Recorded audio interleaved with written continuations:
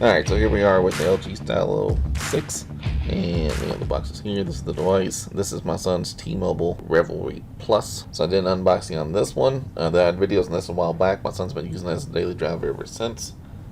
And now I'm finally going to switch him over to the Stylo. It's been a while since I posted that video. It looks like I posted that video 31 days ago, so we've had it for a month and haven't really used it other than setting it up. That's my fault, but either way, here we are. Now, one benefit of this is in that month, there's been a lot of complaints on YouTube about the lagginess from my comments of this phone. And I mentioned during my setup, it felt a little laggy, so we'll just see how it goes. So just for reference, you can see that both phones are up to the April 1st security patch, whereas something like a flagship phone like this, the LG V60 that I'm recording on, is on the June security patch. My Note 10 Plus is also on the June 1st security patch. So this is on Wi-Fi, on my house Wi-Fi. This one has a SIM card in it, but it's also currently on my Wi-Fi. So let's just go ahead and run a speed test on the T-Mobile device. I am in Louisville, Kentucky. Spectrum is my provider. I use Google Wi-Fi as my router, and it is that way about 20 feet.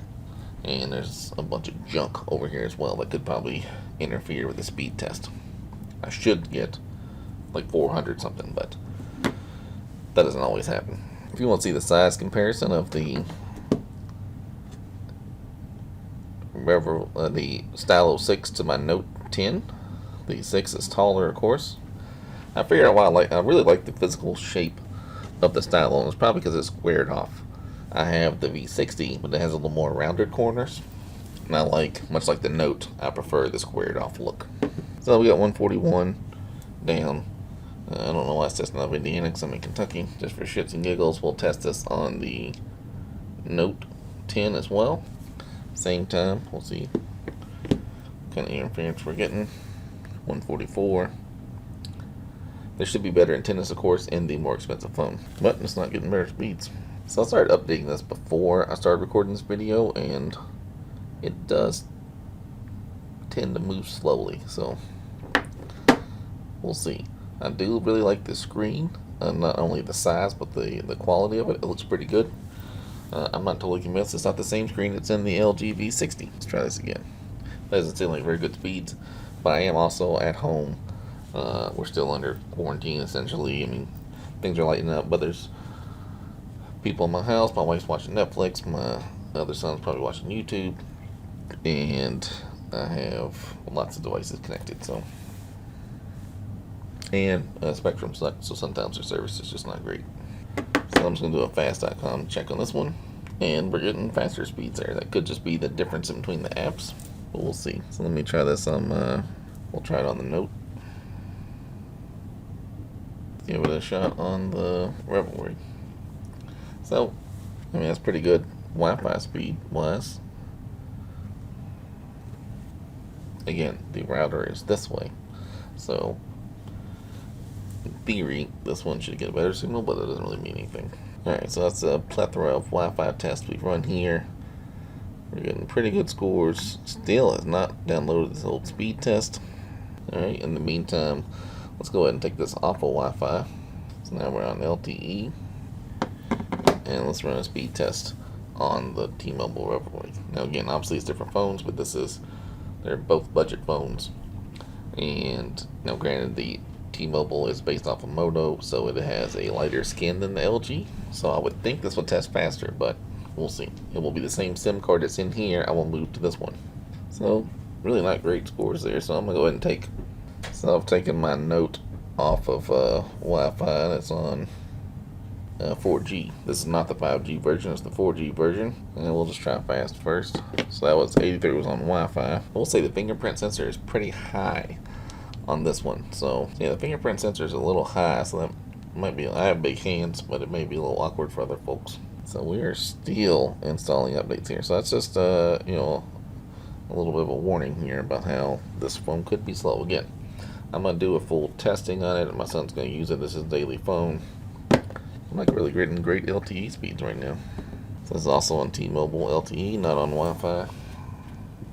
I mean, 40 to 50 is about average for here, but sometimes I get a lot higher. Sometimes I get 60, sometimes 70, but not impressive for these folks. So we're still on Wi-Fi here. let's just run another Wi-Fi test for this guy. So we're getting stellar Wi-Fi scores on the Stylo, better than my other devices, oddly enough. So I'm still getting better Wi-Fi speed tests on the $250 Stylo 6. So that's a good thing. You want a strong antenna, right? That's going to get your good signals. So this obviously is not a scientific test. It's just me testing shit in my basement. So we'll see how it works. So as you notice, this is in an OtterBox. My son likes the OtterBoxes. And so I went and got an OtterBox for the Stylo. Just a simple standard OtterBox stuff, right? Alright, so now we're going to power down the REVVLRY.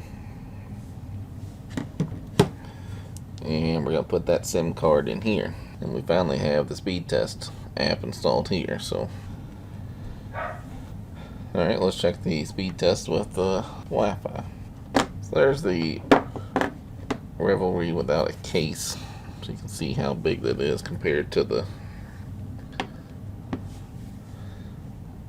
Stylo. The Stylo was a lot bigger. So the 257 down, 234 up for Wi-Fi. So let me power this guy off. SIM card trays on the side here. So it fits in there pretty good. Alright, and then for the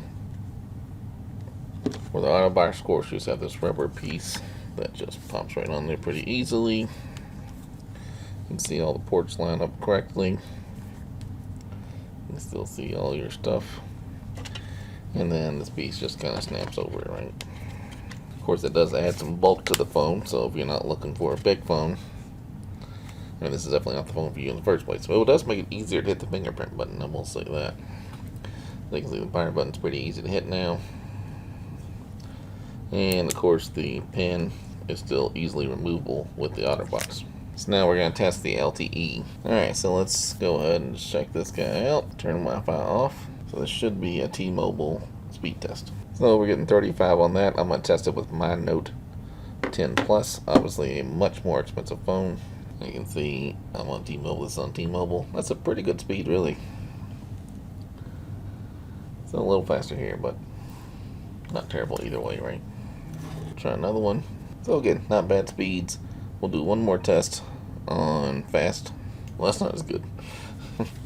Let me see if the Note gets any different speeds. We'll test this again. This consistently getting 16 here, so there's a discrepancy on fast. A discrepancy between fast.com and the Ookla speed test I normally use. Yeah, so that's pretty interesting. You can see the screen looks pretty good on the Stylo. And the OtterBox is nice. My son prefers the texture, the hard plastic texture, and I prefer him not breaking phones, so I'm fine with him having an OtterBox. It is a little expensive in comparison to the price of the phone. I don't remember exactly what I paid for it. I'll post a screenshot of what I paid for the OtterBox. Let's do one more speed test like this, and then we'll wrap this up. So we're getting consistent speeds there. It's not a whole lot better on the Note side. Much more expensive phone should have much more expensive phone should have much better antennas, potentially. So, but we're getting consistent speeds here. That first speed test was a little higher, but nothing to sneeze at, right?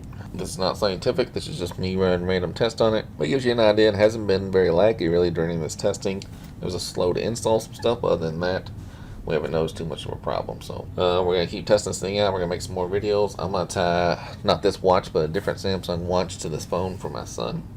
And then we'll follow up in a week or two with thoughts on the phone itself to see if it really is laggy. If it is too terrible, then we'll go back to the REVVLRY or we'll try a new one.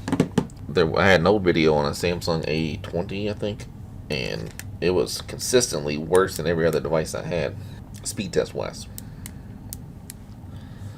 So it's good that this seems to be holding its own. Certainly on the Wi-Fi, I was doing really strong.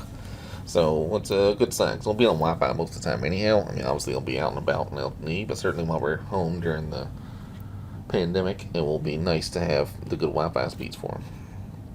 Alright, so thanks for checking me out. Leave me a comment below. Any questions, anything you want to see in follow-up videos, and let me know, and we'll follow up accordingly. Alright, thanks.